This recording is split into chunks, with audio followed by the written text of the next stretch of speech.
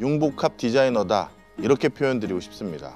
다른 디자이너와 달리 학부 때부터 일찍 디자인을 시작하지는 않았습니다. 오히려 학부는 경제학을 전공했고요. 그 뒤에는 경영학으로 학위를 했고, 뒤늦게 디자인에 관심이 생겨서 디자인을 본격적으로 공부하기 시작했습니다. 서로 융합할 수 있는 기회들을 제가 많이 브릿지해 드렸던 것 같고요. 다른 분야에서 화두를 찾아서 그걸 디자인으로 녹였던 적이 많습니다.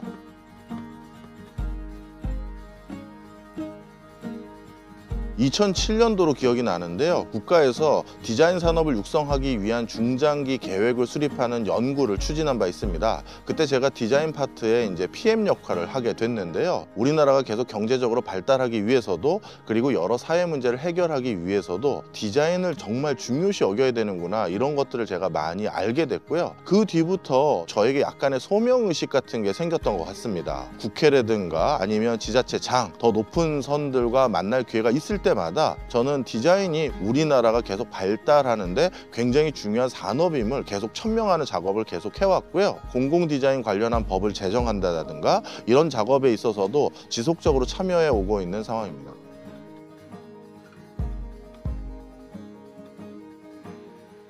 경제에서 지금 다뤄야 될 가장 중요한 문제 중에 두 가지를 꼽으라면 새로운 부가가치를 찾아야 되는 부분이 하나 있고요. 일자리를 창출해야 되는 부분이 있습니다. 그동안 해왔던 전략 전술은 철저히 가장 첨단의 미래 신산업을 육성하는 방식입니다. 뭐 인공지능을 육성한다든가 전기자동차를 만들어 본다든가.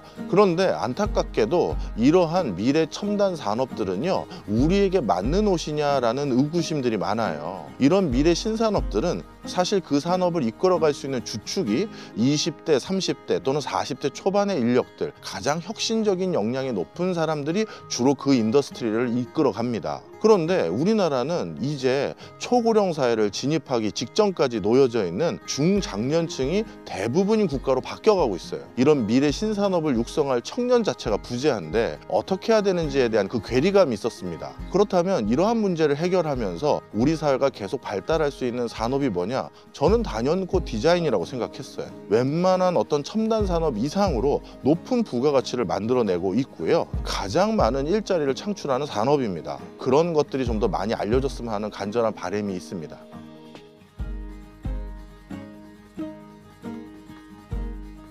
광복 70주년을 기념했던 한국경제발전관이라는 전시관을 짓는 사업을 처음부터 끝까지를 전부 다 해볼 수 있는 기회를 얻었었습니다. 공간이라는 게 우리의 사고뿐만 아니라 감성까지도 지배할 수 있다는 걸 그때 많이 배우게 됐고요. 대표적으로 바닥은 이렇게 푹신한 요소로 할 것인지, 딱딱한 요소로 할 것인지, 조명의 조도는 어떻게 할 것인지, 그리고 사람들의 시선을 위로 바라보게 할 것인지 밑으로 바라보게 할 것인지에 따라서 사람이 느끼는 감수성이 전혀 달라지게 되는데요. 그런 것들을 구현해보는 다양한 실험들을 1관부터 5관까지 여러 테마를 가지고 해봄으로써 정말 많은 경험을 할 수 있는 기회였습니다.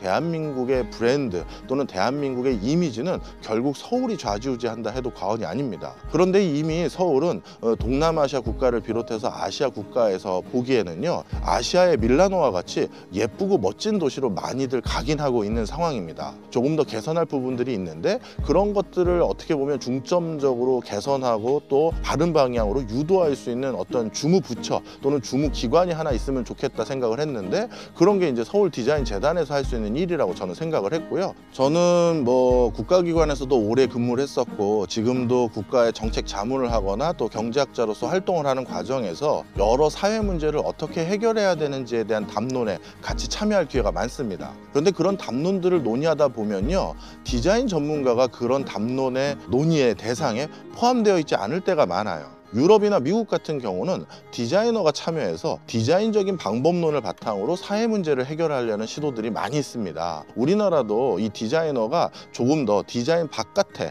많은 분야에 관심도 두고 거기에 대해서 대답을 제시할 수 있는 그런 시도들이 많아졌으면 하는 바람입니다.